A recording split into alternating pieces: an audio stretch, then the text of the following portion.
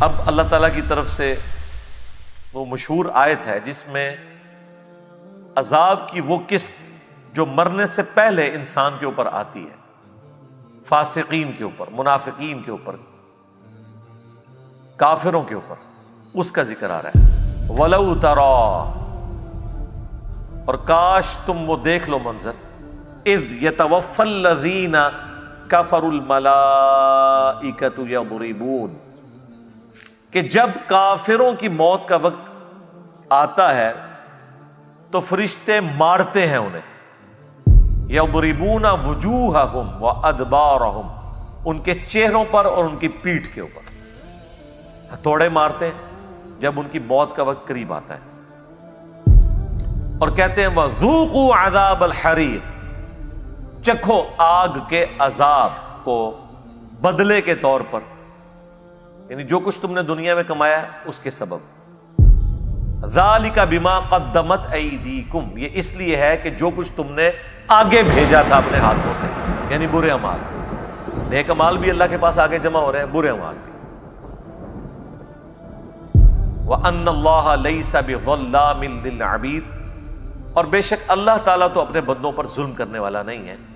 یہ تمہارے کرتوت تھے جن کا انجام تمہیں مرنے کے بعد بھگتنا پڑا۔ اب یہ جو آیت ہے سورۃ الانفال کی آیت نمبر 50، کہ جب ان کی موت کا وقت، جو کافر ہیں، فاسق ہیں، منافق ہیں، آتا ہے تو فرشتے ان کے چہروں اور پیٹھوں کے اوپر ہتھوڑے مارتے ہیں۔ یہ آیت اس بات کا ثبوت ہے کہ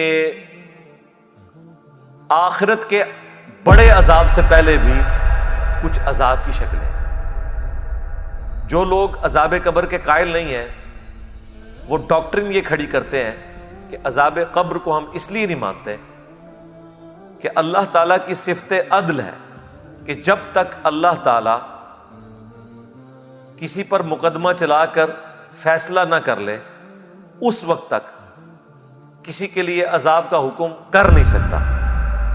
دنیا میں تو یہ قانون بالکل درست ہے۔ اس کی وجہ یہ ہے کہ دنیا میں جو جج ہے اس سے غلطی ہونے کے چانسز ہیں، لیکن اللہ سے تو کوئی غلطی نہیں ہو سکتی۔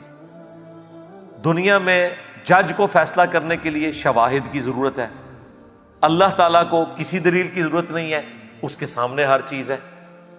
لہذا اللہ کے اوپر یہ رول نہیں لگتا کہ وہ پابند ہے کہ آخرت کے عذاب سے پہلے عذاب دے ہی نہ سکے۔ یہ بالکل غلط بات ہے، اللاجیکل ہے۔ یہ لاجک کھڑی کر کے وہ کہتے ہیں عذاب قبر کیسے ہوگا، ابھی تو آخرت کا حساب ہوا ہی نہیں، اس کے بعد فیصلہ ہوگا کسی کے جنت اور جہنم کا۔ ہم کہتے ہیں میرے بھائی اس کو تو چھوڑ دو، ہماری پیدائش سے پہلے اللہ کے علم میں جنت اور جہنم کا فیصلہ ہوا ہے، اللہ کے علم میں تو ہر چیز ہے۔ تو اللہ کی طرف سے عذاب کی 4 قسطیں ہیں، ان میں سے 3 جو قسطیں ہیں ان کا ذکر قرآن میں موجود ہے۔ ایک تو آخرت کی قسط ہوگی جس کو سارے مانتے ہیں، ایک دنیا میں ہے جو سورہ السجدہ میں آیا کہ ہم دنیا کی زندگی میں بھی انہیں عذاب دیں گے تاکہ یہ ہماری طرف پلٹ آئیں۔ یعنی دنیا میں جو تکلیفیں آتی ہیں اللہ تعالیٰ کی طرف سے وہ اس لیے ہیں کہ انسان اللہ کی طرف لوٹے، کیونکہ سب کچھ ہیپی چل رہا ہو نا، پھر انسان کو اللہ کی یاد بھی نہیں آتی۔ آپ نے دیکھا ہے جب مشکل اور پریشانی آتی ہے نا، اس وقت جو اندر سے اللہ کے لیے جذبات ہوتے ہیں نا، رجوع لانے کے، دعا کرنے کے، وہ نارمل سرکمسٹانسز میں نہیں ہوتے۔ تو پہلی قسط تو پھر یہ ہوگی، وہ بھی سورہ سجدہ میں آئی کہ دنیا کی زندگی میں عذاب دیں گے۔ تو قرآن سے جو لوگ ڈاکٹرن کھڑی کرتے تھے، قرآن نے ان کی ڈاکٹرن توڑ دی۔ دوسری قسط موت کے وقت، وہ یہ آیت سورۃ الانفال کی آیت نمبر 50 کہ ابھی ان کی موت نہیں آئی ہے اور ان کے منہ اور پشتوں پہ فرشتے مارتے ہیں اور کہتے ہیں آؤ عذاب کی طرف، اور ساتھ ہی دیکھ لیں عذاب کا بھی وہ کہہ رہے ہیں۔ اب مرنے کے بعد کس عذاب میں وہ داخل ہو رہے ہیں؟ عذاب برزخ، انڈائریکٹلی عذاب قبر کا ہی ذکر ہے۔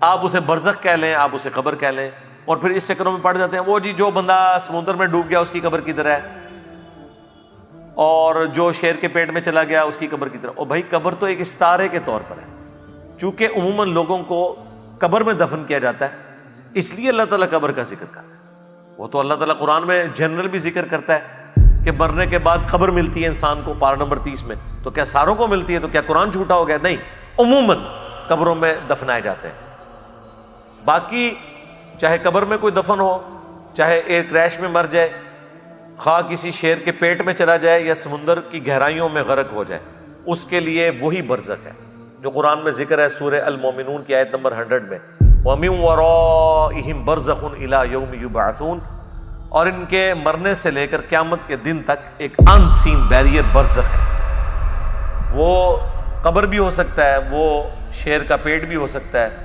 وہ سمندروں کی گہرائی بھی ہو سکتی ہے، وہ ہواؤں میں بھی عذاب ہو سکتا ہے کسی بھی شخص کو، وہ اللہ کا معاملہ۔ تو یہاں پہ بھی ذکر ہے کہ اس عذاب کی طرف چلو۔ پھر اللہ تعالیٰ نے سورۃ القصص میں فرمایا کہ فرعونی جو ہے صبح و شام آگ پر پیش کیے جاتے ہیں سورہ طٰہٰ میں، اور جب قیامت کا دن آئے گا تو بڑے عذاب کے اوپر پیش کیے جائیں گے۔ اور اس آیت کو امام بخاری نے عذاب قبر والی احادیث کی ہیڈنگ میں لکھا ہے، اس بات کے ثبوت میں کہ قرآن میں بھی عذاب قبر کا ذکر ہے کہ فرعونی صبح و شام آگ پر پیش کیے جا رہے ہیں۔ تو ابھی تو قیامت قائم نہیں ہوئی ہے، تو فرعونی کس عذاب میں پیش ہو رہے ہیں؟